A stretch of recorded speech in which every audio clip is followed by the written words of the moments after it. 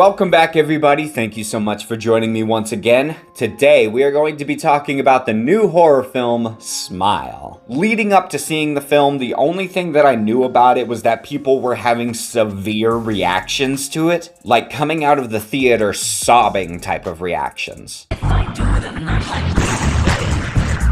Nothing could have prepared me for.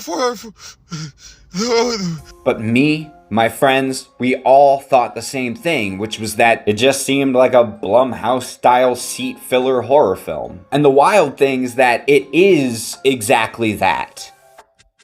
But it's really good at it. And to explain what I mean, let's go ahead and talk about the positives. And first and foremost, might be a weird one to talk about in a review, but the promotion and marketing was genius. Aside from the fact that they hired people to just stand in the center of like events and ball games wearing a shirt that said Smile and just looking dead into whatever camera they could find and just smiling at it, and that's it.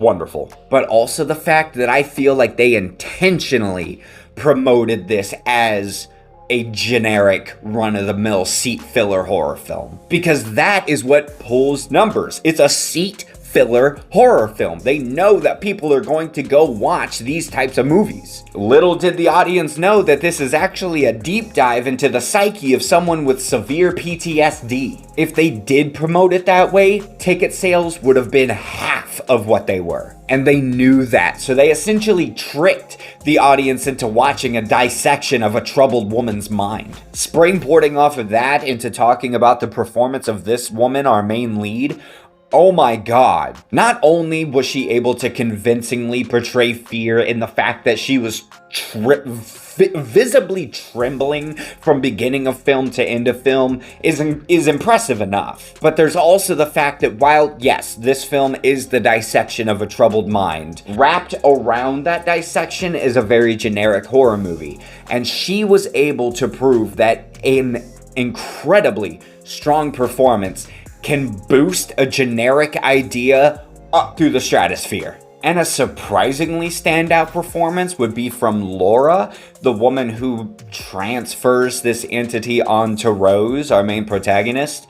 She is only in the movie for like 5 minutes maybe, but oh my god. The first 15 minutes of Smile, honestly, left me a little emotionally disturbed, and a lot of it came from these two patients at this psychiatric center, Laura and Todd. Todd shows up in the film more than Laura does, but their portrayals of mental illness were just so visceral and real that it got under my skin like immediately. There's really only one performance in the whole film that is noticeably bad. Everybody else seems to really be giving it their all and doing a damn good job at it. Another huge positive would be the sound design and the score. There's one scene in particular where, and it's all sound design, there is an obvious jump scare coming because she's like playing with the volume on a recording, that I found myself physically leaning in to try to hear what she's hearing on this recording,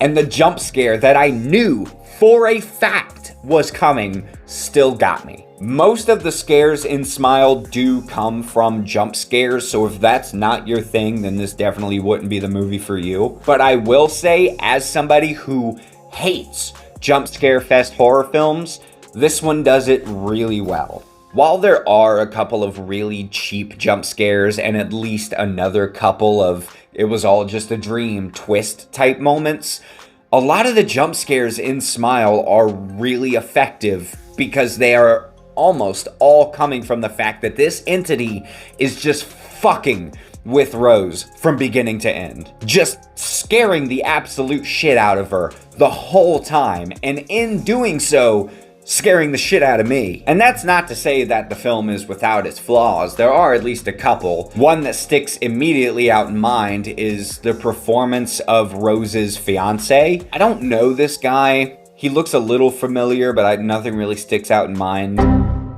In Smile, at least, though, he's really bad. Like, did not seem to really give a shit about what he was saying at any point, kind of bad. There's also the fact that while I am singing all of these praises for the kind of movie that it turned out to be once you got to the heart of it, on the outside, it is essentially It Follows mixed with The Happening. An unknown evil entity gets transferred from one person to another, fucks with that person until they die. And they die by killing themselves. It's these two movies. So while at the heart of this film, it has a lot to say and it's really intriguing, it's also still painfully predictable. Once you find out the combination of Rose's backstory mixed with how this entity operates, you know exactly how the movie's going to end. Plus, there's the fact that the whole gimmick, the smiling thing, bears no weight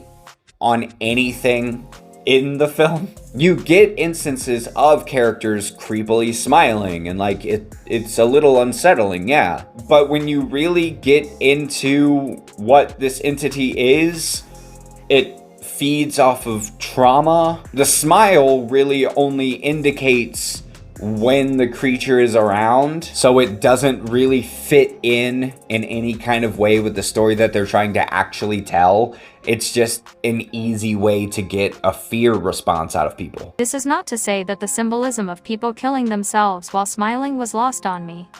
They just didn't give any in-world reason that the demon or whatever would make people smile. So essentially, Smile had genius promotion, fantastic performances nearly all around. At the center of it is a really fascinating deep dive into a troubled psyche. Surprisingly effective scares, even though almost all of them are jump scares, which I normally hate. Surprisingly effective and realistic portrayals of mental illness, and a really good sound design and score. But one really bad performance and just an outer coating of the generic horror film that I was really hoping this would not be. I'm going to say that Smile gets a B-. Again, I was expecting this to be like a C or even C- experience, but the fact that it was this good is shocking, honestly.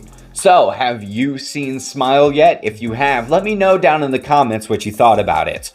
Or, what is a horror film that you thought was going to be really bad, but turned out to actually be really good?